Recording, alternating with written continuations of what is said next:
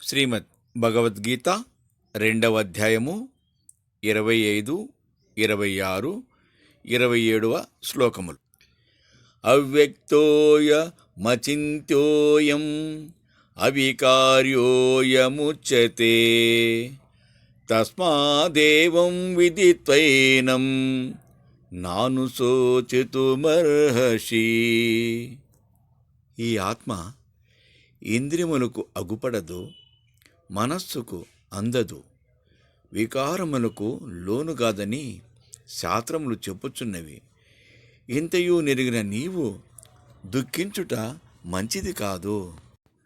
అతచైనం నిత్యజాతం నిత్యం వా మన్యసే మృతం తథాపి త్వం మహాబాహో నైవం శోచితుమర్హసి.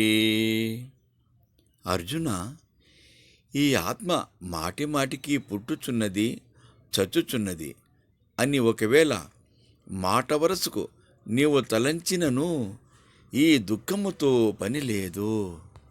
జాతశ్యహి ధ్రువో మృత్యు ధ్రువం జన్మమృతస్య చ తస్మాదపరిహార్యేతే నత్వం శోచితుమర్హసి.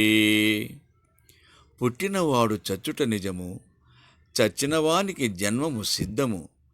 తప్పింపరాని విషయములందు తప్పించి లాభమేమి?